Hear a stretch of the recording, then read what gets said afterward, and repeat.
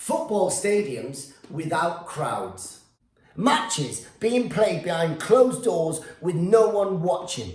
What's the problem, you say? This happens to most non-league teams up and down the country for many years. But these aren't just any clubs. These are the super clubs who have stadiums of 60 to 70,000 seat capacity. But now have added sound effects with canned applause. Sound effects? Why? We're not 7 years old. We're not playing FIFA 18 on a PS4. And we know there's no crowds there because of social distancing. And because of the coronavirus, we've seen it on the news, mate. And just in case, if we haven't seen the news or we haven't heard of corona, we've got eyes. We can see there's no one in the crowd. Oh no, hang on, my mistake. There is a crowd. They're just a little bit thinner than normal and they've got less tattoos and they're only about an inch thick. And what the hell? What? They're made of cardboard. What is going on? Am I tripping on mushroom fritters again? Surely this is much more frightening than just an empty stadium. And putting supporters on Zoom across the screens in the stadiums makes it look like they're being taken hostage by ISIS. Please, I beg you, just pay the ransom and let the Aston Villa fans go home free. The stadium would look less scary if it was full of scarecrows, pumpkins and Jimmy Savile as a ball boy. We all know that's his preference. Stop it. Look, we can still watch a sport without 60,000 drunk people chanting, "You're going home, you're going home, you're going home in an ambulance." But it might take longer because there's a massive pandemic going on. It'll probably take about 4 hours longer than normal. Who are you? Who are you? It says in your football programme, mate, and also on that massive screen in the corner of the pitch. Oh, thanks, mate. I didn't realise. No worries. We now know who you are. We now know who you are. We now know who you are. We play and watch sports all the time without knobheads, passionate sports fans chanting and cheering.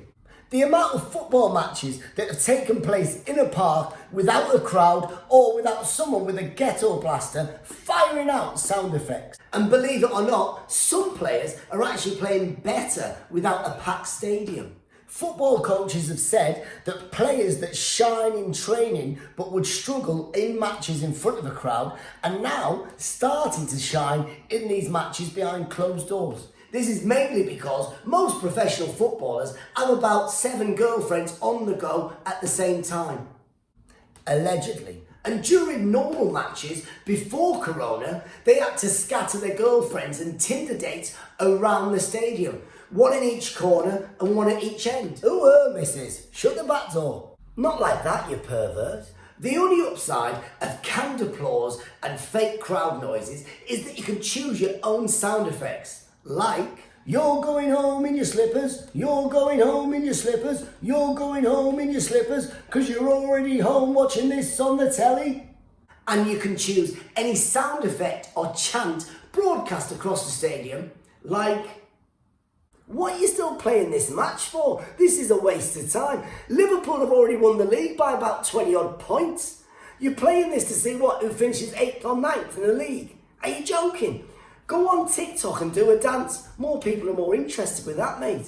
We live in a world where people think you can't enjoy anything unless we're all herded together like sheep, all shouting and chanting the same thing at the same time.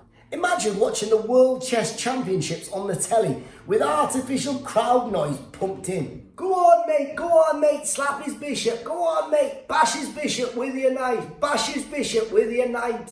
And people who say, "Oh, it's not the same without the atmosphere. It's not the same without the banter. It's not the same without the lads and the bants." These people tend to have no banter whatsoever. So this is the new normal, where we have to watch a football match with a stadium full of cardboard cutouts and not think that it's creepy or scary. Like the time the empty shops did the same on our high streets and we thought our local councils run MDMAs. Do say...